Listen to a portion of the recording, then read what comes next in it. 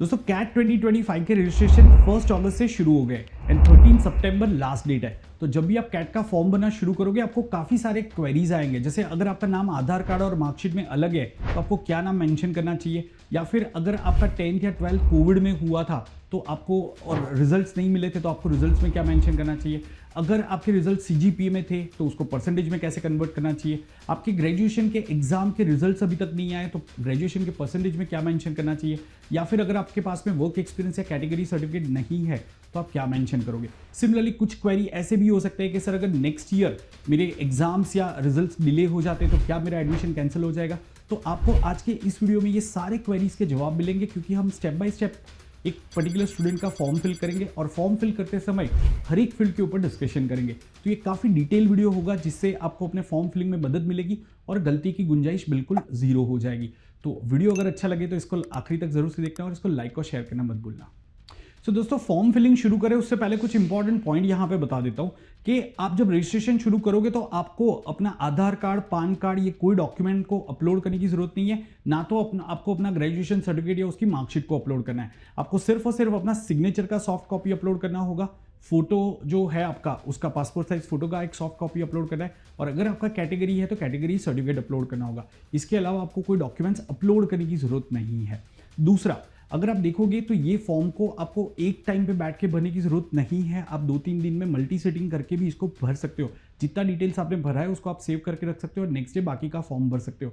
तो यहाँ पे आपको जल्दबाजी नहीं करनी है। But at the same time मैं सब स्टूडेंट्स को सजेस्ट करूंगा कि लास्ट डेट तक, आखिरी आवर तक बिल्कुल वेट मत करना, क्योंकि देखा गया है पास्ट में कि आखिरी डेट्स में सर्वर में काफ़ी इश्यूज आते हैं। तो आप कोशिश करोगे कि आप 15 या 20 अगस्त तक अपना फॉर्म फिलिंग कंप्लीट कर लो।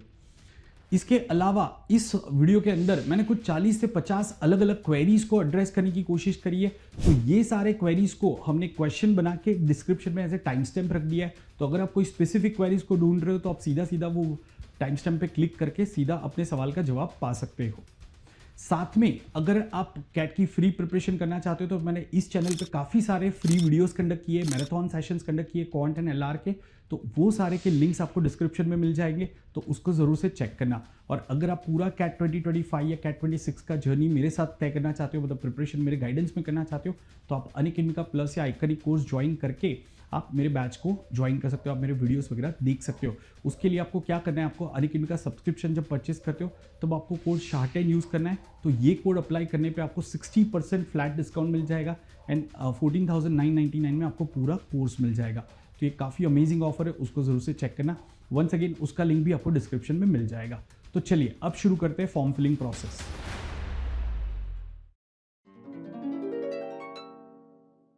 दोस्तों कैट एग्जाम का रजिस्ट्रेशन शुरू करें उससे पहले उसका एलिजिबिलिटी समझना जरूरी है, क्योंकि काफी बार स्टूडेंट्स ऐसा सोचते हैं कि मैं ट्राई करने के लिए लिख लेता हूं, या फिर उनके 50% नहीं होते और वहां पे कंफ्यूजन क्रिएट हो जाता है। तो सबसे पहले कैट एग्जाम को लिखने के लिए आप अपने फाइनल ईयर में होने चाहिए या फिर आपने ग्रेजुएशन कंप्लीट कर लिया होना चाहिए। ठीक है। जो स्टूडेंट्स भी अपने फाइनल ईयर में नहीं है वो एग्जाम को नहीं लिख सकते, आप ट्रायल पर्पज के लिए नहीं लिख सकते। फॉर एग्जाम्पल, अगर आपका 3 साल का ग्रेजुएशन प्रोग्राम है तो आप अभी अपने थर्ड ईयर में होने चाहिए या फिर about to you should be about to enter to the third year. ठीक है। अगर आप अपने सेकंड ईयर, आपका सेकंड ईयर अभी जस्ट शुरू हुआ है तो आप कैट एग्जाम को नहीं लिख सकते। दूसरा, आपका ग्रेजुएशन में मिनिमम 50% होना चाहिए। अब सपोज ऐसा हुआ है कि फर्स्ट एंड सेकंड ईयर में आपका 50% से कम है, तो वहां पे अगर आप सपोज 48% मेंशन करोगे वो आपको फॉर्म ही नहीं बने देगा। तो यहाँ पे आप क्या कर सकते हो, आप 50% उधर मेंशन कर सकते हो, अज्यूमिंग कि आप थर्ड ईयर में वो कवर अप कर लोगे। Are getting this point? तो ये यहाँ पे आप कर सकते हो। तो ऐसा नहीं है कि अगर आपके पहले 2 साल के 48% है तो आप एग्जाम नहीं लिख सकते, क्योंकि अल्टीमेटली आपके ग्रेजुएशन के 50% होना जरूरी। तो उम्मीद करता हूँ ये पार्ट क्लियर है। So let's start with the registration process. दोस्तों ये पूरा कैट का जो रजिस्ट्रेशन है उसको हमने 7 पार्ट में डिवाइड कर दिया है। जो सबसे पहला पार्ट है वो है basic registration and generating user name and password. वो कर लिया, उसके बाद में आप उनके एप्लीकेशन फॉर्म पे चले जाओगे और वहां पे आपको पहले अपनी पर्सनल डिटेल भरनी है, फिर उसके बाद में आपको अपनी एकेडमिक डिटेल भरनी है। अब यहाँ पे आपके जो भी क्वेरीज होंगे कि आपके रिजल्ट्स नहीं आए हैं या फिर आपके लेस देन 50% हो रहे, तो ये सब चीजों में क्या करना है उसका मैं आपको सोल्यूशन बताऊंगा। फिर उसके बाद में आपको वर्क एक्सपीरियंस डिटेल भरनी है। फिर उसके उसके बाद में आपको प्रोग्राम सेलेक्ट करना है। अच्छा, वर्क एक्सपीरियंस के अंदर अगर आपका वर्क एक्सपीरियंस नहीं है तो आपको क्या करना है वो भी मैं आपको दिखाऊंगा, क्योंकि हम एक कैंडिडेट का एक्चुअल फॉर्म भरेंगे, तो आप मेरे साथ में भी अपना फॉर्म भर सकते हो ताकि आपको कोई क्वेरी नहीं रहेगी। फिर जो वर्क एक्सपीरियंस डिटेल भर ली, उसके बाद में आपको प्रोग्राम सेलेक्ट करना है कि कौन से आईएम के कौन से प्रोग्राम्स में आप अप्लाई करना चाहते हो। काफी सारे ऐसे प्रोग्राम्स हैं जो आपके लिए रेलेवेंट नहीं है, तो मैं हर एक प्रोग्राम के बारे में आपको बताऊंगा कि ये प्रोग्राम का मतलब क्या होता है और आपको कौन से प्रोग्राम सेलेक्ट करने हैं। ठीक है, जैसा मैंने आपको स्टार्टिंग में बताया था, it's going to be a detail video, right. तो और अगर आपको स्पेसिफिक कोई क्वेश्चन का ही आंसर चाहिए तो आप नीचे डिस्क्रिप्शन में वंस अगेन वो जो टाइम स्टैम्प रखे उसको भी देख सकते हो। आपने प्रोग्राम डिटेल्स भली, फिर साथ में आपको आपकी इंटरव्यू सिटी भी सिलेक्ट करनी होगी। ठीक है, तो वो इंटरव्यू सिटी आपने जो भी सिलेक्ट करी होगी वहां पे आपका इंटरव्यू कॉल आएगा, मतलब इंटरव्यू के लिए आपको अपीयर करना होगा। उसके बाद में आपको अपनी टेस्ट सिटी सिलेक्ट करनी है, और जैसा मैंने आपको बताया था, अगर आप अगस्त मंथ में अपना रजिस्ट्रेशन कंप्लीट कर लोगे तो आपने जो फर्स्ट प्रेफरेंस दिया है टेस्ट सिटी का, आपको वही मिल जाएगा, नहीं तो आपको कहीं और जाना हो सकता है। तो बहुत ज्यादा डिले मत करना। टेस्ट सिटी सिलेक्ट कर ली, फिर उसके बाद में आपको एक डिक्लेरेशन वहां पे क्लिक करना होगा और फिर पेमेंट करके आप प्रोसेस अपना कंप्लीट करोगे। तो इस तरीके से हम पूरा एप्लीकेशन फॉर्म कंप्लीट करेंगे। तो चलिए अभी पहले स्टेप से शुरू करते हैं। मैं आपको दिखा देता हूँ कि बेसिक रजिस्ट्रेशन कहाँ से करना है, कौन सी लिंक है जहां पे हमें जाके ये कंप्लीट करना है। तो मैं आपको आईएम की वेबसाइट पे ले चलता हूँ, और यहाँ पे जैसे कि आप देख सकते हो एक्चुअल वेबसाइट है iamcat.ec.in। इसका लिंक मैंने डिस्क्रिप्शन में रख दिया है, तो उस पर भी क्लिक करके आप डायरेक्टली रजिस्ट्रेशन शुरू कर सकते हो। अब यहाँ पे क्या क्या चीजें आपको दे रखी है वो थोड़ा सा देख लेते हैं। तो दोस्तों यहाँ पे जैसा कि आप देख सकते हो, सबसे पहले आपको यहाँ पे न्यू कैंडिडेट रजिस्ट्रेशन पे क्लिक करना होगा। ठीक है, तो यहां से आपका रजिस्ट्रेशन शुरू होगा। रजिस्ट्रेशन शुरू करें उससे पहले थोड़ा सा वेबसाइट को समझ लेते हैं कि हमें क्या क्या चीजें यहाँ पे दे रखी है। ठीक है, जैसे काफी सारे कैंडिडेट को ये पर्टिकुलर टैब से कुछ कंफ्यूजन होता है कि registration for non IIM institution. I really hope you are able to see this, registration for non IIM institution ऐसा लिखा हुआ है। अब स्टूडेंट्स ये सोचते हैं कि हमें अगर एफएमएस, एसपीजे ऐसे नॉन आईएम इंस्टीट्यूशन में अप्लाई करना है तो हमें यहाँ पे क्लिक करना है। दोस्तों ये आपके लिए नहीं है, it's for non IIM institution registration के लिए है। मतलब अगर जो भी दूसरे कॉलेजेस है जो कैट का स्कोर लेके स्टूडेंट्स को एडमिशन देना चाहती है उनको यहाँ पे रजिस्टर करना है, ये स्टूडेंट्स के लिए नहीं है। तो ये थोड़ा सा श्योर कर लेना। ठीक है, चलिए तो अब हम आगे बढ़ते हैं रजिस्ट्रेशन के साथ में और समझते हैं कि हमें रजिस्ट्रेशन कैसे कंप्लीट करना है। तो जैसे ही मैं रजिस्टर पे क्लिक करूंगा तो इस तरीके से आपका एक नया विंडो ओपन हो जाएगा। ठीक है, और यहाँ पे आपको कुछ पहले इंस्ट्रक्शन देंगे कि use the latest version of Mozilla और Chrome, whatever browser you are using, तो वो आप श्योर कर लेना। मैं एक चीज यहाँ पे सजेस्ट करूंगा कि please fill the form through laptop और computer rather than mobile phone, ताकि कोई ग्लिचेस ना आए। हालांकि ये फॉर्म आप मल्टीपल स्टेजेस में भी भर सकते हो, तो ऐसा नहीं है कि आपको एक साथ में ही कंप्लीट करना है, तो वो एक चीज ध्यान में रखना। ठीक है, जल्दबाजी नहीं करनी है। अब यहाँ पे जैसे ही आप नीचे स्क्रॉल करोगे तो आपको अपना बेसिक रजिस्ट्रेशन करना है। सबसे पहले आपको अपना नाम एंटर करना है, और जैसा मैंने आपको बताया था दोस्तों, यहाँ पे आपको अपना नाम जो आपकी 10th की मार्कशीट है उसके हिसाब से ही एंटर करना है। क्या ये सबको समझ में आ रहा है दोस्तों? यहाँ पे नाम आपको 10th की मार्कशीट के हिसाब से ही एंटर करना है। तो मतलब अगर सपोज आपकी 10th की मार्कशीट में पहले सरनेम आ रहा है, फिर नाम आ रहा है और फिर लास्ट में एक सिंगल लेटर आ रहा है, आप बिल्कुल उसी ऑर्डर में मेंशन करोगे। यहाँ पे आपको अपने आधार कार्ड के हिसाब से या फर्स्ट नेम लास्ट नेम ऐसा कुछ भी नहीं सोचना है, वही ऑर्डर में मेंशन करना है। फिर आगे जब हम फॉर्म के अंदर पर्सनल डिटेल्स भरेंगे वहां पे हम first name, middle name and surname को सेग्रीगेट करेंगे। तो यहाँ पे आपको ये बेसिक रजिस्ट्रेशन अपना कंप्लीट करना है। ठीक है, सो फिर डेट ऑफ बर्थ भर देना है, email address, confirm email address, फिर उसके बाद में कंट्री, मोबाइल नंबर, और इसके बाद में आपको ओटीपी आएगा, ओटीपी कंफर्म करना होगा। वो आप ओटीपी कंफर्म कर लोगे तो आपको आपका एक यूजर आईडी पासवर्ड जनरेट हो जाएगा, आपको अपनी डिटेल्स एक बार कंफर्म करने को कहा जाएगा, और आपका जो फर्स्ट स्टेज है बेसिक रजिस्ट्रेशन वो कंप्लीट हो जाएगा। ठीक है, बेसिकली ये स्टेप का पर्पस ये है कि आपका यूजर नेम और पासवर्ड जनरेट हो जाए। तो मैं ये कैंडिडेट के लिए जनरेट कर लेता हूँ, आप भी साइड में अपना कर सकते हो, और फिर हम आगे के स्टेप्स को देखते हैं। तो जैसा कि आप स्क्रीन पे देख सकते हो, कैंडिडेट के लिए मैंने ये रजिस्ट्रेशन कंप्लीट कर लिया है, और आपको भी ऐसा दिखाएगा। और फिर आपको कहाँ पे क्लिक करना है, तो आपको गो टू एप्लीकेशन पे क्लिक करना है। जैसे आप गो टू एप्लीकेशन पे क्लिक करोगे, आपका यहाँ से एप्लीकेशन प्रोसेस शुरू हो जाएगा। बेसिक रजिस्ट्रेशन कंप्लीट हो गया, अब आपको अपनी personal details, academic details, work experience details वगैरह यहाँ पे कंप्लीट करना है। तो एक एक करके हम हर एक फील्ड को समझ लेते कि हमें क्या डिटेल्स बनी है, कहाँ पे क्या फॉर्म्स अपलोड करना है, फोटो या सिग्नेचर अपलोड करने में दिक्कत आ रही है तो हम कैसे उसको टैकल करेंगे, ये सारा मैं आपको स्टेप बाय स्टेप बताऊंगा। तो चलिए उसको देखते हैं अभी। ओके, तो चलो अब देखते हैं कि पर्सनल डिटेल्स में हमें क्या भरना है, कैसे भरना है और कौन सी चीजों का ध्यान रखना है। तो यहाँ पे आप जैसा देख सकते हो ये पर्सनल डिटेल सेक्शन है कैंडिडेट का। तो यहाँ पे आपको अपना मतलब नेम जो है, जो आपने पहले भरा हुआ था, वो एज इट इज दिखाएगा। ठीक है, तो ये आपको एज इट इज दिखेगा। राइट, अब यहाँ पे आपको फर्स्ट नेम अपना एंटर करना है, फिर मिडिल नेम एंटर करना है और लास्ट नेम एंटर करना है। नॉर्मली मिडिल नेम आपका फादर का नाम होता है, फिर फादर का नाम आपको एक ही लाइन में एंटर कर देना है, मतलब जैसे अविनाश शर्मा है या जो भी है। ठीक है, सिमिलरली मदर का नाम एंटर किया, spouse I am sure most of you would not have, in case if that's applicable तो आप वहां पे मेंशन कर सकते हो, वो कंपलसरी फील्ड नहीं है। अब आते हैं पर्सनल डिटेल्स पे, तो वहां पे डेट ऑफ बर्थ आपको ऑलरेडी दिखाएगा, जेंडर, नेशनलिटी, ये सब आपको सिलेक्ट करना है। अब कैटेगरी आपको अप्रोप्रिएटली सिलेक्ट करना है। देखो यहाँ पे जैसे ही मैं यहाँ पे जनरल कैटेगरी सिलेक्ट करता हूँ तो क्या होता है आपको पता चलेगा। सो अगर आप यहाँ पे जनरल कैटेगरी सिलेक्ट करोगे तो नीचे आपको जो डॉक्यूमेंट्स अपलोड है उसमें सिर्फ दो ही डॉक्यूमेंट अपलोड करने आएंगे, आपका फोटोग्राफ एंड सिग्नेचर। बट अगर आप वहां पे कैटेगरी सिलेक्ट करते हो, ठीक है, जैसे अगर मैंने ईडब्ल्यूएस कैटेगरी सिलेक्ट किया तो यहाँ पे कुछ और डिटेल्स आ जाएंगे जो मुझे सिलेक्ट करने होंगे, या फिर अगर मैंने यहाँ पे एनसीओबीसी या एससी सिलेक्ट किया तो मुझे जो मेरे पास में उसका सर्टिफिकेट होना चाहिए एनसीओबीसी का, और एनसी मतलब नॉन क्रीमी, तो उसका आपके पास सर्टिफिकेट होना चाहिए। तो certificate issue date, state, union, territory और ऑफ कैटेगरी, फिर सीरियल नंबर एंट्री। अब काफी लोगों को यहाँ पे कंफ्यूजन होता है, सीरियल नंबर मेरे पे लिखा नहीं है। तो दोस्तों इसके लिए अगर आपका ओबीसी है कास्ट तो आपको उसके लिए यहाँ पे एक इन्फॉर्मेशन करके आई दिया है, उसके ऊपर जाके आप वहां पे चेक कर सकते हो। ये एक ऑफिशियल वेबसाइट है, वहां पे आपको अलग अलग कास्ट के नंबर दिखाएंगे, तो वो आपको वहां से ऑप्टेन करना है। You can also reach to your state authority for the same and similarly caste type नाम आपको यहाँ पे लिखना है। ठीक है, और उसके बाद में नीचे आपको अपलोड करना होगा डॉक्यूमेंट। तो अभी के लिए कैंडिडेट का मैं जनरल कैटेगरी सिलेक्ट करता हूँ। Do you belong to person with disability, तो यहाँ पे नो है इस कैंडिडेट के लिए। फिर आपको अपना एड्रेस फिल कर लेना है, और यहाँ पे इस permanent address same as communication address yes select कर लो, नहीं तो आपको वापस से पूरा भरना पड़ेगा। आज के जमाने में मतलब कोई कबूतर के पैर पे चिट्ठी बांध के आपको नहीं भेजने वाला है, सब कुछ मेल और मोबाइल से होता है। तो address is mainly a formality, that is what I feel. ठीक है, हाँ बट एक चीज है, एड्रेस का एक जगह पे रोल आता है, वो ये है कि जब आपको एग्जाम सिटी अलॉट की जाती है और अगर उनके पास वो प्रेफरेंस नहीं है जो आपको आपने पहला सिलेक्ट किया था, तो वो आपके एड्रेस को देख के आपको दूसरे सिटी अलॉट करते हैं। हालांकि तो आपने प्रेफरेंस भरा रहता है, बट स्टिल काफी बार देखा गया है कि स्टूडेंट्स को थोड़े रेंडमली सिटी असाइन होते हैं। तो ऐसा सब कुछ ना हो, तो इसलिए बहुत ही क्लियर रखो कि आप अपना जो अभी का सिटी है, जहां पे आप रहते हो, जहां पे आप कैट एग्जाम लिखने वाले हो, उसी का एड्रेस, उसी को परमानेंट एड्रेस दिखाओ, कोई दिक्कत नहीं है। ठीक है, यहाँ पे कोई वेरिफिकेशन नहीं होता है कि भाई आप इस जगह पे रहते हो कि नहीं रहते हो, वो उनका बिजनेस नहीं है।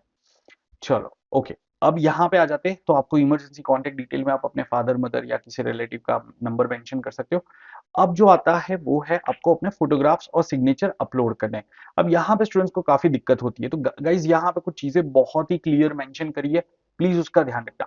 और एक सबसे इंपॉर्टेंट चीज, वेरी इंपॉर्टेंट, जो भी फोटोग्राफ आप यहाँ पे अपलोड करोगे वो फोटो का कॉपी आपको सेव करना है। मतलब वो फोटो को डेवलप करा के उसके 10 कॉपीज आपको रखने हैं। क्यों?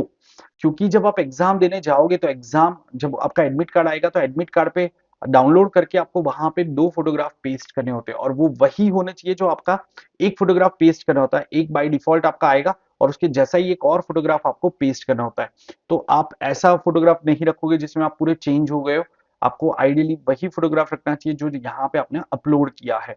काफी सारे स्टूडेंट्स क्या करते हैं, रेंडमली कोई भी इमेज सेल्फी लेके अपलोड कर देते हैं और फिर भूल जाते हैं वो कहाँ पे गई, और फिर एग्जाम के दिन पे वो उनको ध्यान में आता है, एडमिट कार्ड में लिखा रहता है कि upload the same paste the same photograph that you had uploaded, then they get confused. तो गाइस यहाँ पे क्लियरली लिखा है, scanning of photograph, signature and valid document और certificate should be done using scanners only, no mobile phones. ठीक है, mobile phone से मत करना, थोड़े से 10 रुपए खर्च लो, बाहर वो प्रिंटर वाले के यहाँ पे चले जाओ, स्कैनिंग करके देगा। दूसरा, valid NC OBC certificate should be in prescribed format issued by competent authority in Hindi और इंग्लिश। अगर आपका तमिल में है तो उसको आपको हिंदी और इंग्लिश में करवाना पड़ेगा, राइट। और उसका फॉर्मेट आपको कैट की साइट पे दिया हुआ है। मैं थोड़ा सा दिखाऊंगा आपको, सर्टिफिकेट के बारे में भी दिखाता हूँ, 1 मिनट रुक जाओ उसके लिए। Your name on the certificate should match with your name you have mention during registration. If there is a mismatch of name then follow the instructions provided in registration guide FAQ. तो guys FAQ में उन्होंने ये कहा है कि आपको एक valid document लेके जाना है, जैसे आधार कार्ड, पान कार्ड, ऐसा आप लेके जा सकते हो। वो तो वैसे ही आप लेके जाने वाले हो, और वहां पे आपको दिखाना है कि भी मेरा ये करेक्ट नाम है। अगर आपका सर्टिफिकेट पे कुछ अलग नाम है, एक अंडरटेकिंग शायद देना हो सकता है। ओके, अब यहाँ पे मैं आपको एक चीज दिखाता हूँ कि अगर आपके पास सर्टिफिकेट अभी नहीं है तो क्या करना है, ठीक है। तो गाइज यहाँ पे एक बार देखो जरा, इनके इंफॉर्मेशन बुलेटिन में इन्होंने यहाँ पे बहुत ही क्लियरली मेंशन किया है रिजर्वेशन में, ठीक है, उनका एक इंफॉर्मेशन बुलेटिन है, एक रजिस्ट्रेशन गाइड है, राइट। तो आपको ये सारा जगल ना करना पड़े, इसीलिए मैं ये वीडियो बना रहा हूँ, करेक्ट है। तो इसको थोड़ा अच्छे से समझ लो। तो यहाँ पे क्या लिखा है, for CAT 2025 NC OBC certificate must be issued on और आफ्टर 1 अप्रैल 2025।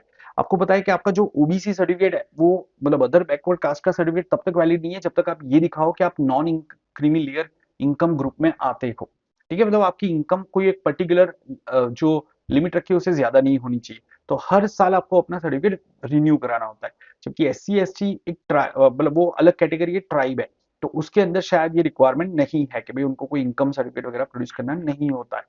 तो लेकिन ओबीसी के लिए आपको ये सर्टिफिकेट हर साल इश्यू कराना पड़ता है।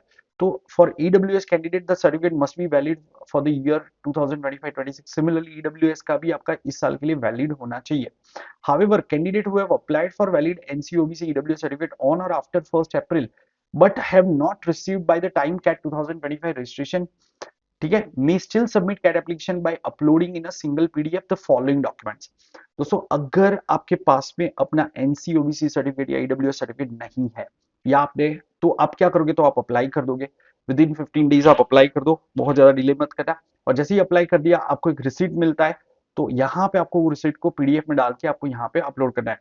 So a properly filled undertaking for NC OBC, ये कहाँ पे मिलेगा अंडरटेकिंग, तो गाइस कैट की साइट पे आप चले जाओ और वहां पे आपको एनसीओबीसी का अंडरटेकिंग ये वाला आपको दिख रहा है, ये आपको वहां पे देना है। एवरीवन, क्या ये सबको समझ में आ रहा है? मैं थोड़ा मेरे पीछे शायद चला जा रहा होगा, तो मैं दिखा देता हूँ एक बार, क्या अभी दिख रहा है सबको?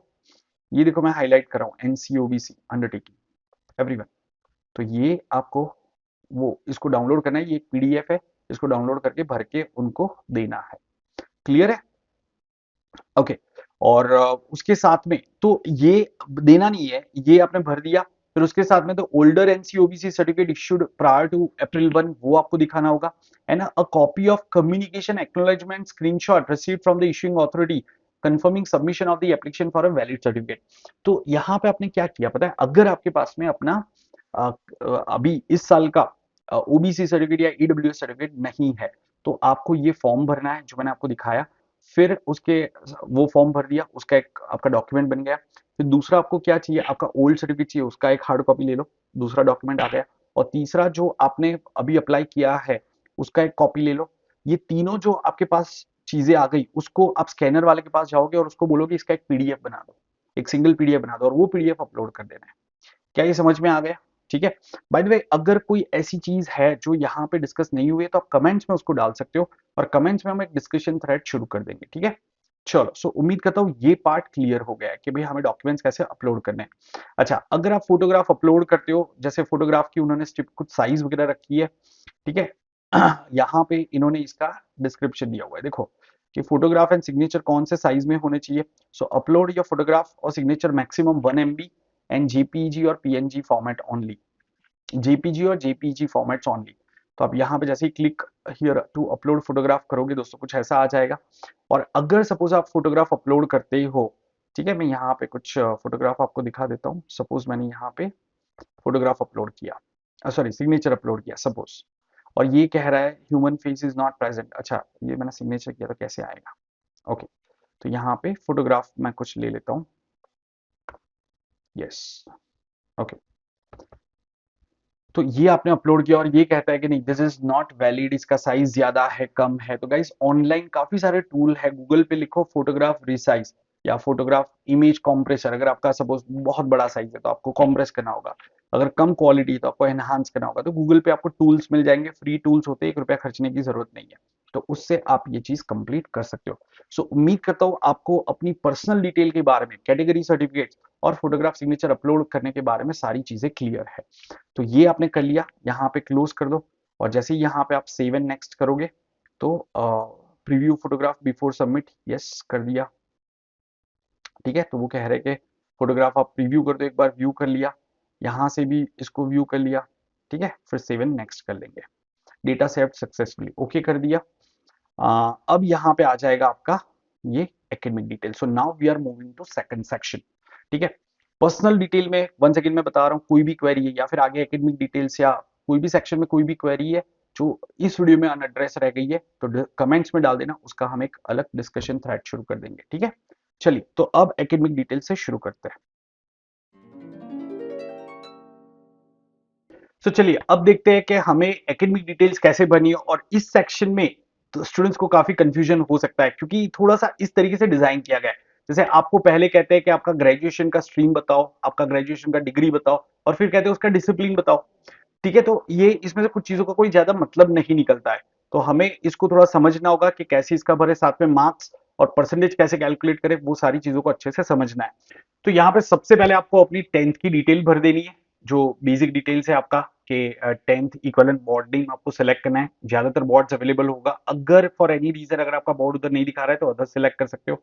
मंथ ईयर ऑफ कंप्लीशन, अच्छा यूजुअली कंप्लीशन मंथ आपका जो है वो मार्च आप पकड़ सकते हो, क्योंकि मार्च में आपके एग्जाम्स होते हैं, भले रिजल्ट्स आपके अप्रैल में आते हैं। अगर आप यहाँ पे अप्रैल 21 भी लिखोगे कोई फर्क नहीं पड़ेगा। ठीक है, तो यूजुअली हम मार्च 21 लिखते हैं उसको, क्योंकि तब तक आपका बोर्ड खत्म हो जाता है। एग्रीगेट मार्क्स और प्रमोशन पास विदाउट मार्क्स। ओके, अब यहाँ पे आपको बताना है कि आपके एग्रीगेट मार्क्स है या आपका कोविड पीरियड में हुआ था। अगर कोविड पीरियड में है तो प्रमोशन पास विदाउट मार्क्स आएगा, नहीं तो एग्रीगेट मार्क्स आपको यहाँ पे मेंशन करना है। अब मैक्सिमम मार्क्स जो आपको मेंशन करना है उसमें क्लियरली मेंशन किया है कि आपको सारे सब्जेक्ट्स इंक्लूड करने हैं। ठीक है, including the elective ones, can you see this? तो मतलब आपकी मार्कशीट में जितने भी सब्जेक्ट दिखे रहते हैं, नॉर्मली 5 सब्जेक्ट होते हैं ना, एडिशनल सब्जेक्ट नीचे लिखा रहता है, तो उसको भी काउंट करना है। अगर आपका सीजीपीए में है, सीबीएसई है और सीजीपीए है, तो उसको परसेंटेज में कन्वर्ट करने के लिए यूजुअली 9.5 का मल्टीप्लाइंग फैक्टर रहता है। हालांकि आप अपने बोर्ड के लिए चेक कर सकते हो। ठीक है, तो आप इस तरीके से उसको परसेंटेज में कन्वर्ट कर सकते हो। काफी बार आपको नॉर्मली आपको ग्रेड्स मिले तो उसकी एक मार्कशीट बनती है, तो अब उससे आपको ये मार्क्स यहाँ पे मेंशन करने हैं। अगर आपको यहाँ पे अपनी मार्कशीट्स नहीं मिल रही है, अब मैं एक प्रोविजनल तरीका बताता हूँ आपको कि अगर आपके पास में कोई मार्कशीट ही नहीं है, आइडियली तो आपने ग्रेडशीट से मार्कशीट मंगवाई हुई होनी चाहिए, ग्रेडशीट के साथ में आपने अपने बोर्ड से मार्कशीट मंगवाई हुई होनी चाहिए। ठीक है, बट अगर आपके पास में फॉर एनी रीजन नहीं है तो आप ऐसे भी कर सकते हो कि आप क्या करो कि अगर आपका सपोज 8 सीजीपीए आया है तो उसको 9.5 से मल्टीप्लाई करो, ये सीबीएसई वालों के लिए मैं बता रहा हूँ, तो ये आपका कितना हो जाएगा, 76% हो जाएगा। तो आप अगर आपके 5 सब्जेक्ट थे, हर एक सब्जेक्ट 100 मार्क्स का था, तो आपका मैक्सिमम 500 मार्क्स आ जाएगा। उसका 76% कैलकुलेट कर लो, ये आपके ऑप्टेन मार्क्स हो गए। तो मैक्सिमम मार्क्स में आप 500 लिख सकते हो, ऑप्टेन मार्क्स में आप जो भी वैल्यू आता है वो यहाँ पे आप लिख सकते हो। Are getting this point? और यहाँ पे ऑटोमेटिकली वो 76% दिखा देगा। ये बट एक बहुत ही प्रोविजनल तरीका है, आइडियली आपको अपने मार्क्स एक्चुअली मेंशन करने चाहिए। ठीक है, आगे बढ़ते हैं। सिमिलर वे में आपको अपना एचएससी का डिटेल भर देना है, जो भी आपका डिटेल है वो एचएससी का आपको बिल्कुल सेम तरीके से डिटेल भर देना है। एंड अब आते हैं बैचलर डिग्री पे। ज्यादातर स्टूडेंट के पास में एक ही बैचलर डिग्री होगी, तो ये जो है वो आपको कैसे भरना है। अगर आपका बैचलर डिग्री कंप्लीट हो गया है एंड सारे सेमेस्टर के मार्कशीट या सारे ईयर के मार्कशीट आपके पास में, आपको पता है कि आपका परसेंटेज फाइनली इतना बना है, तभी आप यहाँ पे लिखोगे कि are you in final year of bachelor degree, तो आप नो करोगे, and have you completed your bachelor degree, आप वहां पे यस कर दोगे। आप कब कह सकते हो कि आपने अपना बैचलर डिग्री कंप्लीट किया है? When you have all the marksheet. अगर आपने अपने फाइनल ईयर के लिए अपीयर किया है बट मार्कशीट नहीं आई है, तो आप ये नहीं कह सकते कि आप फाइनल ईयर में आपने कंप्लीट कर लिया। आप कहोगे are you in final year of bachelor degree, yes, आप ऐसे लिख दोगे। समझ में आ रहा है?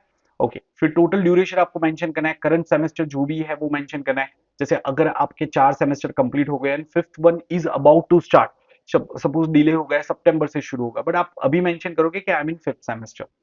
टाइप ऑफ यूनिवर्सिटी, स्टेट है, सेंट्रल है, प्राइवेट है, क्या है। ठीक है, फिर आपने स्टेट सेलेक्ट कर लिया, यूनिवर्सिटी नेम यहाँ पे आ जाएगा। जैसे पुणे यूनिवर्सिटी है तो उसका एक्चुअल नाम है सावित्रीबाई फुले यूनिवर्सिटी, बट यहाँ पे पुणे ही दिखा रहा है, तो आपको पुणे यूनिवर्सिटी सेलेक्ट करना है, सावित्रीबाई फुले नहीं दिखा रहा है। नेम ऑफ कॉलेज आ गया, डिग्री नेम आ गया, तो डिग्री आपका क्या है। अब ये थोड़ा सा मैं यहाँ पे समझा देता हूँ कि डिग्री वगैरह में क्या कैसे मेंशन करना है। ठीक है, तो इसको थोड़ा सा देख लेते हैं, सब लोग थोड़ा ध्यान देना यहाँ पे। तो आप यहाँ पे अपना जो भी डिग्री है, जैसे सपोज इस कैंडिडेट का बीकॉम डिग्री है तो बीकॉम सेलेक्ट किया, फिर वो पूछेगा डिसिप्लिन, तो डिसिप्लिन में आप कॉमर्स से सिलेक्ट कर दोगे, आपको कोई अकाउंट टैक्सेशन ऐसा कुछ सेलेक्ट करने की जरूरत नहीं है, डिसिप्लिन आपका कॉमर्स ही है। ठीक है, अगर ग्रेजुएशन स्ट्रीम देखोगे दोस्तों उसमें भी कॉमर्स आ जाएगा आपका, बट अगर उसकी जगह पे सपोज आपका इंजीनियरिंग का डिग्री है बीई, तो यहाँ पे मैंने बीई सिलेक्ट किया, उसमें मेरा डिसिप्लिन क्या आ जाएगा, तो दोस्तों वो आ जाएगा आपका, सपोज कंप्यूटर साइंस था या इलेक्ट्रॉनिक्स एंड टेलीकम्युनिकेशन था या मैकेनिकल इंजीनियरिंग था, तो वो सिलेक्ट किया एंड ग्रेजुएशन स्ट्रीम यहाँ पे सिलेक्ट करोगे तो इंजीनियरिंग आ जाएगा। अब ये क्यों ये बार बार सिलेक्ट करा रहे हैं मुझे समझ में नहीं आया। नॉर्मली ये रहता है कि एक आपका डिग्री नेम रहता है, एक आपका डिसिप्लिन रहता है, स्ट्रीम रहता है। इन्होंने सब कुछ खिचड़ी बनाया हुआ है, इतनी कोई जरूरत नहीं थी, बट ठीक है, कोई रीजन होगा उनका। ठीक है, ज्यादातर स्टूडेंट्स के लिए इतना डिटेल में जाने की जरूरत नहीं होगी, जो कॉमन आपको पता है वही आपको मेंशन करना है। एंड यस, तो ये कैंडिडेट का मैं वापस से एक बार सेलेक्ट कर लेता हूँ, बीकॉम है इसका। सो यहाँ पे हम BCom bachelor of commerce select कर लेते हैं। यहाँ पे आ जाएगा कॉमर्स एंड यहाँ पे भी आ जाएगा कॉमर्स। ठीक है, ईयर ऑफ कमेंसमेंट क्या था, यूजुअली आपका जून जुलाई में शुरू हुआ होगा, तो इसका 2023 जून में शुरू हुआ था। ठीक है, हालांकि आप जुलाई भी मेंशन करोगे कोई इतना माइंड नहीं करेगा। ठीक है, क्योंकि काफी बार वो जून कहते हैं जुलाई से शुरू होता है, तो ये आपको पता होगा, आपको रफली अप्रोक्सीमेटली मेंशन करना है। Probable year of completion, can you see the word probable, तो अगर आप मई में कंप्लीट हो रहा है, जून मेंशन करोगे, अप्रैल मेंशन करोगे, उससे फर्क नहीं पड़ेगा, आप अप्रैल 2026 मेंशन करो। ठीक है, और फिर आपका जो मार्क्स है, एग्रीगेट मार्क्स अवॉर्डेड, तो वो मेंशन करना है। अब आप कहोगे कि सर मेरा तो ईयर सिस्टम है और मेरा सेकंड ईयर अभी कंप्लीट हुआ, उसकी मार्कशीट ही नहीं आई, तो दोस्तों आपको क्या करना है, जितनी मार्कशीट आपके पास में है, आपके पास में सिर्फ फर्स्ट ईयर की मार्कशीट है, उसके परसेंटेज, सारे सब्जेक्ट के एग्रीगेट परसेंटेज निकाल के यहाँ पे मेंशन कर देना है। ठीक है, तो यहाँ पे क्लियरली मेंशन किया है, ये देखो, enter aggregate marks obtain up to last marksheet received, that's it. तो कोई कंफ्यूजन नहीं होगा यहाँ पे, अननेसेसरी आपको पर्टर्ब पैनिक होने की जरूरत नहीं है। ठीक है, अगर आपके 4 सेमेस्टर हुए हैं और 3 सेमेस्टर के रिजल्ट आए, चौथे सेमेस्टर का अब तक रिजल्ट नहीं आया, भले 15 दिन बाद रिजल्ट आएगा, तो आपको कोई वेट करने की जरूरत नहीं है, उससे इतना फर्क नहीं पड़ने वाला है। तो आप क्या करोगे, जो 3 सेमेस्टर की मार्कशीट है उसका एग्रीगेट निकाल के आप यहाँ पे भर दोगे। अब एग्रीगेट कैसे निकालते हैं फिर से एक बार बता देता हूँ। सेमेस्टर 1 आपका 600 मार्क्स का था, उसमें से आपके 500 आए, सेमेस्टर 2 600 मार्क्स का था, उसमें आपके 400 आए, सेमेस्टर 3 आपका 600 मार्क्स का था, उसमें 500 आया, तो टोटल आपके मार्क्स कितने हो गए, 1800। उसमें से आपके ऑप्टेन मार्क्स कितने हो गए, 1400।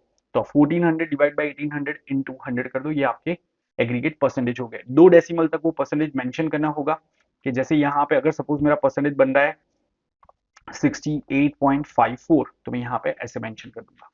Are you all clear everyone? Okay, चलो, हाँ, अब यहाँ पे आगे बढ़ेंगे। डू यू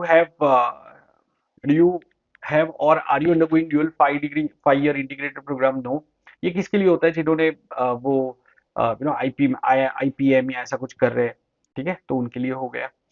कुछ टेक्नो मैनेजमेंट प्रोग्राम भी लेते हैं 5 साल का, तो उनके लिए हो सकता है। Do you want to enter master degree details? If applicable you can do it. Professional degree जैसे सीए, सीएस, सीडब्ल्यूए जो भी है, अगर आपको कुछ मेंशन करना है तो वो कर सकते हो।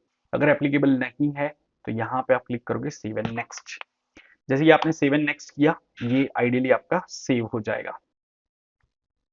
अब ये कह रहा है कि मेरा सेशन जो था वो एक्सपायर हो गया है। ये वीडियो बनाने के लिए थोड़ा ज्यादा समय लग गया है, तो मेरा एक्सपायर हो गया, मुझे री लॉग इन करके डिटेल भरनी होगी। बट यहाँ पे ये आपका एकेडमिक डिटेल सेक्शन कंप्लीट हो रहा है। अब हम आगे जाएंगे और देखेंगे वर्क एक्सपीरियंस में हमें क्या मेंशन करना है। ठीक है, तो चलो अब वर्क एक्सपीरियंस पे क्या डिटेल फिल करनी है वो समझ लेते हैं। सबसे पहले तो ये आपको समझना है कि वर्क एक्सपीरियंस जो आपका full time after graduation work experience होता है वही काउंट करता है। फॉर एग्जाम्पल, अगर आप सेकंड ईयर से भले ही 8 घंटे काम कर रहे थे कोई बीपीओ या किसी और कंपनी में, या फिर फैमिली बिजनेस को टैकल कर रहे थे, वो सारा वर्क एक्सपीरियंस में नहीं आएगा। दूसरा, अगर आपने अपने ग्रेजुएशन के बाद में भी कहीं पे पार्ट टाइम या फ्रीलांसिंग वर्क किया है, तो वो भी यहाँ पे ऐसे फ्रीलांसिंग वर्क फिर भी काउंट हो सकता है, बट इंटर्नशिप, आर्टिकलशिप वगैरह काउंट नहीं होगा। फ्रीलांसिंग कैसे काउंट होगा वो मैं आपको बताता हूँ, बट उससे पहले आपको ये समझ में आना चाहिए कि आपका वर्क एक्सपीरियंस कौन सा वैलिड है, कौन सा नहीं है। ठीक है, आपको exact start date, and date वगैरह मेंशन करना है। अगर आपका वर्क एक्सपीरियंस नहीं है, जैसे जिस कैंडिडेट का मैं फॉर्म भर रहा हूँ, प्रणव शर्मा, वो अभी अपना ग्रेजुएशन परस्यू कर रहा है, उसको यहाँ पे कुछ भी मेंशन नहीं करना है। वो क्या करेगा, सीधा यहाँ पे सेव एंड नेक्स्ट कर देगा। उसको ये सेक्शन पूरा स्किप कर देना है और वो आगे के सेक्शन में चला जाएगा। बट अगर आपके लिए रेलेवेंट है तो आप यहाँ पे एप्लीकेबल है तो आप यहाँ पे डिटेल्स अपनी भरोगे। अब यहाँ पे आ जाते हैं, क्या चीजों का ध्यान रखना है और क्या स्टुपिडिटी इन लोगों ने करी है। हर साल यही चीज होता है कि यार एंड डेट लिखते हैं। जो बंदा अभी भी जॉब कर रहा है वो क्यों अपना एंड डेट डालेगा?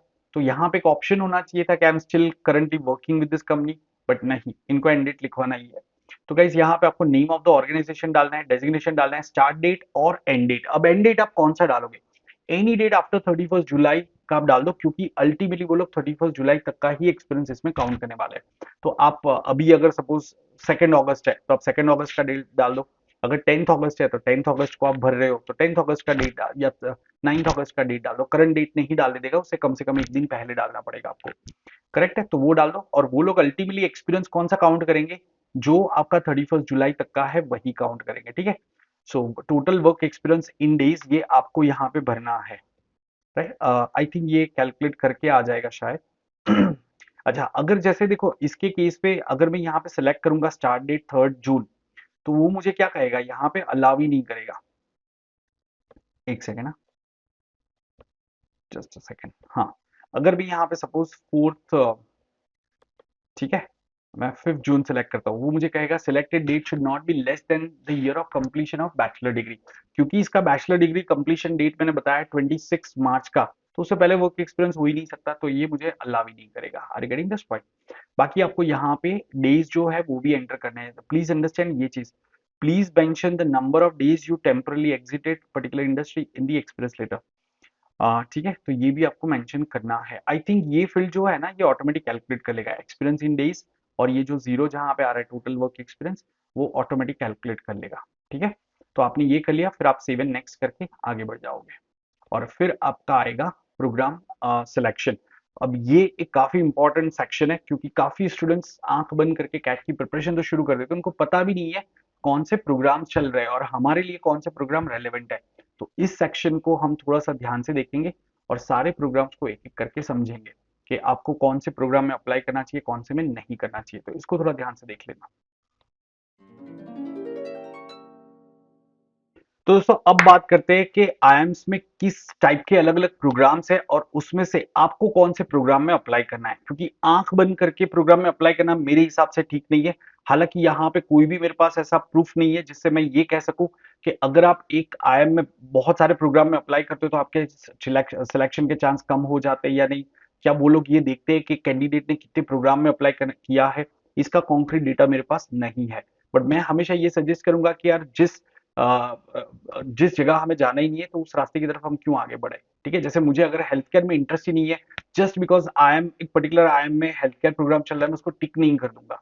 मुझे थोड़ा सा थॉटफुली काम करना पड़ेगा। ठीक है, तो सबसे पहले मैं आपको बता देना चाहता हूँ कि आईएम्स के अंदर आपके 5 टाइप के प्रोग्राम होते हैं। ये आपको रेयरली कहीं पे देखने को मिलेगा। सबसे पहला होता है उनका फ्लैगशिप या रेगुलर प्रोग्राम। जो भी आईएम का एमबीए प्रोग्राम है या पीजीडीएम प्रोग्राम है, वो उनका मेन प्रोग्राम है, वो उनका फ्लैगशिप प्रोग्राम है। तो वो एक रेगुलर एमबीए प्रोग्राम हो गया। यहाँ पे एक और चीज समझ लेते हैं, कुछ आईएम्स है वो अभी भी पीजीपी सर्टिफिकेट प्रोवाइड करते हैं, कुछ आईएम डिग्री प्रोवाइड करते हैं, लेकिन उससे कोई फर्क नहीं पड़ता है। आईएम बैंगलोर का पीजीपी ले लो या आईएम कैलकाटा का आप एमबीए ले लो, दोनों का वैल्यू सेम ही है। सारे आईएम के जो पीजीपी प्रोग्राम्स है वो इक्वलेंट टू एमबीए एमबीए है, तो उसका मतलब एज सच वैल्यू वाइज उसका कोई फर्क नहीं पड़ेगा। ठीक है, तो पीजीपी और एमबीए में आपको डिफरेंशिएट नहीं करना है। तो पहला टाइप का प्रोग्राम हो गया कि भाई उनके रेगुलर फ्लैगशिप प्रोग्राम। फिर दूसरा प्रोग्राम है उनका स्पेशलाइज्ड प्रोग्राम, जैसे कोई आईएम के अंदर पीजीपी एचआर प्रोग्राम है या सप्लाई चेन मैनेजमेंट प्रोग्राम है या फिनांस प्रोग्राम है, ऐसा स्पेशलाइज्ड प्रोग्राम है। ठीक है, उसके अंदर आपका पहले से ही तय हो जाएगा कि भी आपको फिनांस या एचआर में ही आपको आगे स्पेशलाइजेशन करना है। जो रेगुलर उनका फ्लैगशिप प्रोग्राम होता है, जो मेन प्रोग्राम होता है, वो नॉर्मली जनरल मैनेजमेंट प्रोग्राम रहता है, जिसमें फर्स्ट ईयर सबके लिए कॉमन होता है और फिर सेकंड ईयर में आपको स्पेशलाइजेशन सेलेक्ट करना है। जबकि स्पेशलाइज्ड प्रोग्राम में पहले से ही तय होता है कि आप ये स्पेशलाइजेशन करने वाले हो। फिर थर्ड टाइप का उनका प्रोग्राम आता है regular program for experience people. ठीक है, तो आप उसको एग्जीक्यूटिव रेगुलर प्रोग्राम कह सकते हो। वो भी ऑलमोस्ट 2 साल का आपका प्रोग्राम है, रेसिडेंशियल प्रोग्राम है, और उसके लिए आपको मिनिमम 2, 3 या 5 ईयर्स का एक्सपीरियंस लगेगा। तो कुछ आईएम्स के अंदर ऐसे भी प्रोग्राम्स है। अगर आपका वर्क एक्सपीरियंस है, आप डेफिनेटली इन प्रोग्राम को टारगेट कर सकते हो। They are just like regular program. वहां पे लर्निंग थोड़ी आपकी एक्स्ट्रा होगी, छोटे बैच साइज होंगे, एक कोर ग्रुप बनेगा आपका, और फोकस्ड लर्निंग आपको मिलेगी, साथ में प्लेसमेंट का आपको एडवांटेज मिलता है। फिर चौथे कैटेगरी का प्रोग्राम आता है executive program, non residential program, executive program या फिर वर्किंग एग्जीक्यूटिव का प्रोग्राम आप उसको कह सकते हो। ये प्रोग्राम यूजुअली उनकी मनी मेकिंग स्कीम है। बहुत ही क्लियर टर्म्स में मैं कहता हूँ, हर एक आईएम पैसा छापना चाहती है। ठीक है, तो ये उन्होंने एक फैक्ट्री खोल के रखी है कि भाई एग्जीक्यूटिव प्रोग्राम के नाम पे हर किसी को एडमिशन मिलता है। Anyone can pursue this program. उसमें कोई कैट में आपको 90 99 परसेंटाइल लाने की जरूरत नहीं होती है। जो इसके पहले वाला मैंने कहा रेसिडेंशियल एग्जीक्यूटिव प्रोग्राम, उसके अंदर आपको एक अच्छा परसेंटाइल लगेगा, सिलेक्शन प्रोसेस होगा, तब मिलेगा एडमिशन। जब ये जो नॉर्मल एग्जीक्यूटिव प्रोग्राम है, ई एमबीए, ई पीजीपी और ऐसे वाले, वो ज्यादातर आईएम में ऐसे है कि ओपन फॉर ऑल होता है कि आप कहीं पे भी जॉब कर रहे हो तो आप सीधा ये प्रोग्राम में एनरोल कर सकते हो और आपको अपना 1 साल का आपको नॉलेज मिल जाएगा उधर। और आपके कुछ बीच बीच में कॉन्टेक्ट क्लासेस रहते हैं, 1 वीक का उधर आपके कैंपस में बुला देते तो आपको एक आईएम का फ्लेवर मिल जाता है, राइट। तो इस तरीके का नॉलेज अपग्रेडेशन प्रोग्राम हो गया, but they are not like regular MBA programs. और एक आखिरी कैटेगरी के प्रोग्राम से, लास्ट 5th कैटेगरी, वो है फेलो मैनेजमेंट प्रोग्राम, जिसको आप पीएचडी प्रोग्राम भी कह सकते हो। तो पीएचडी प्रोग्राम नॉर्मली जिनको मास्टर पीएचडी करनी है उनके लिए है, मास्टर डिग्री आपने किया है और आपको पीएचडी के लिए जाना है तो आप फेलो मैनेजमेंट प्रोग्राम में अप्लाई करोगे। तो अब मैं आपको दिखा देता हूँ कि आपको कौन से प्रोग्राम में अप्लाई करना चाहिए और कौन से प्रोग्राम का मतलब क्या होता है। तो ये उनके इन्फॉर्मेशन बुलेटिन में उन्होंने सारा डिटेल यहाँ पे दिया हुआ है, तो एक एक करके हम सारे प्रोग्राम्स को देख लेते हैं जल्दी से, ठीक है। तो सबसे पहले जैसे आईएम अहमदाबाद में हमें फेलो मैनेजमेंट प्रोग्राम तो देखने नहीं है, तो आईएम अहमदाबाद में आप पीजीपी एफएबीएम मतलब food and agri business management, इसका क्राइटेरिया देख लो, अगर आप एलिजिबल हो तभी आप अप्लाई करना।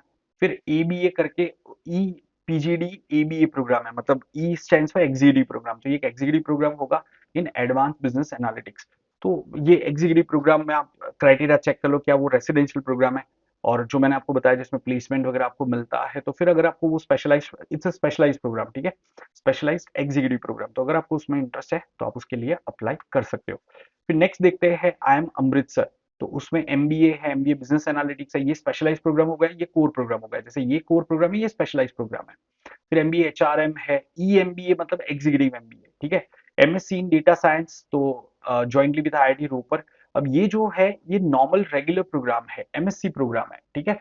तो अगर आपको इसमें इंटरेस्ट है तो आप उसका प्रोफाइल वगैरह देख सकते हो कि भाई क्या आरओआई मिलता है, कैसे कंपनीज मिल आपको आ रहे हैं प्लेसमेंट के लिए, और आपको उसमें इंटरेस्ट है आप उसके लिए जा सकते हो।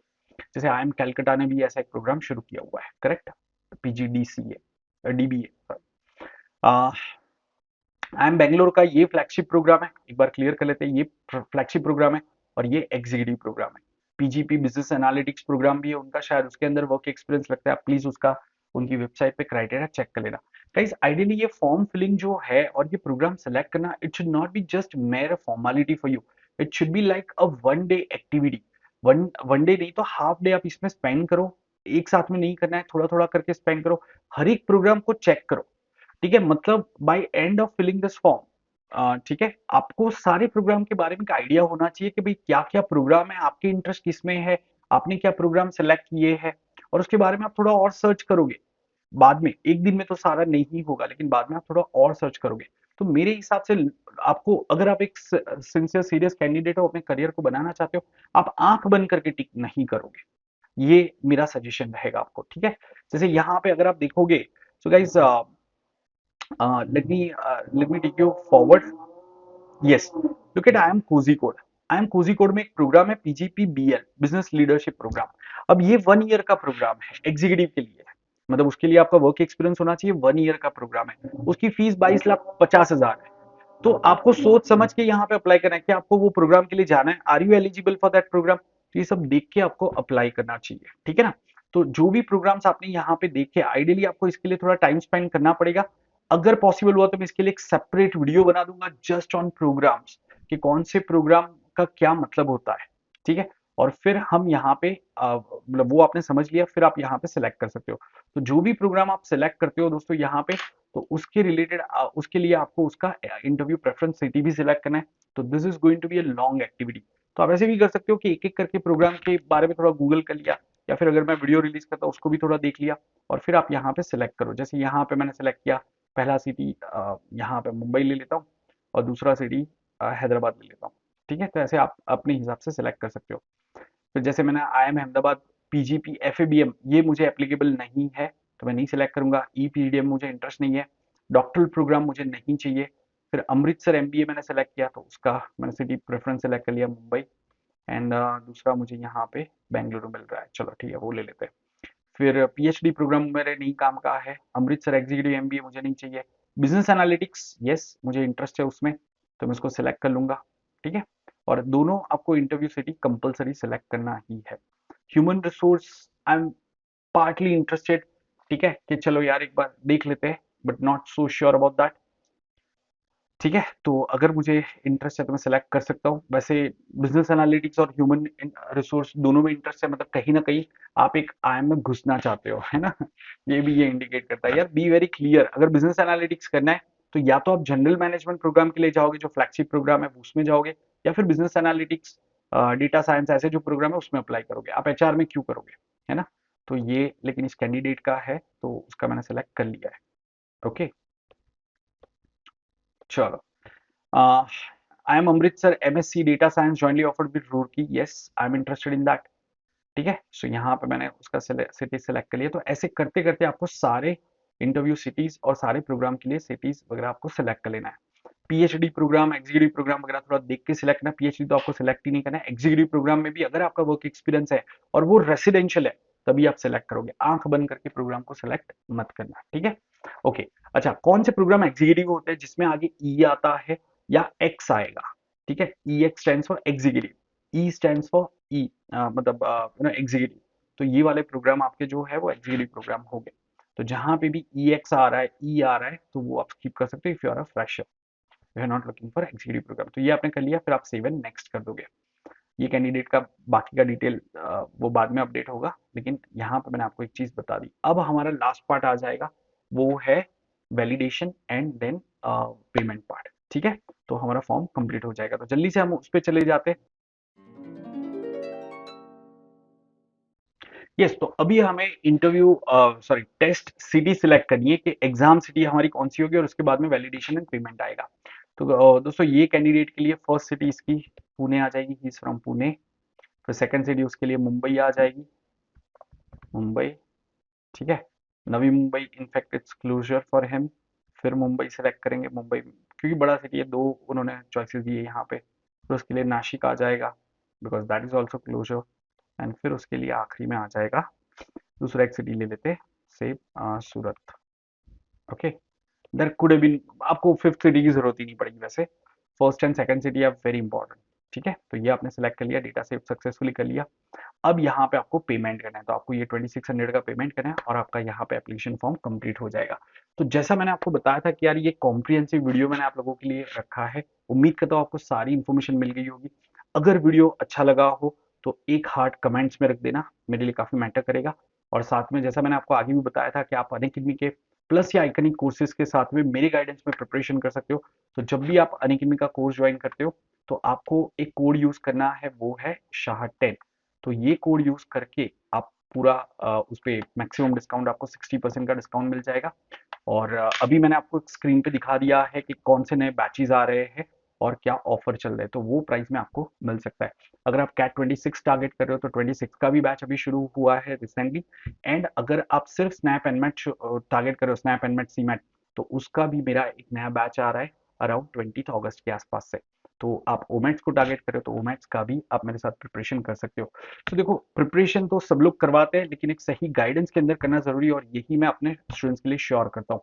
सो अगर आपको लगता है कि ये वर्थ है ज्वाइन करना, तो डेफिनेटली आप उसको, और डिस्क्रिप्शन में उसके लिंक्स मिल जाएंगे कोई भी कोर्स ज्वाइन करने के लिए, तो उस पर क्लिक करके आप आगे सब्सक्रिप्शन ले सकते हो, ठीक है। और डिस्क्रिप्शन में मैंने कुछ और फ्री वीडियोस के लिंक भी रखे हैं जो मैंने पास्ट में कंडक्ट किए हैं, तो आप अपनी प्रिपरेशन को मेरे फ्री वीडियोस के थ्रू भी कर सकते हो।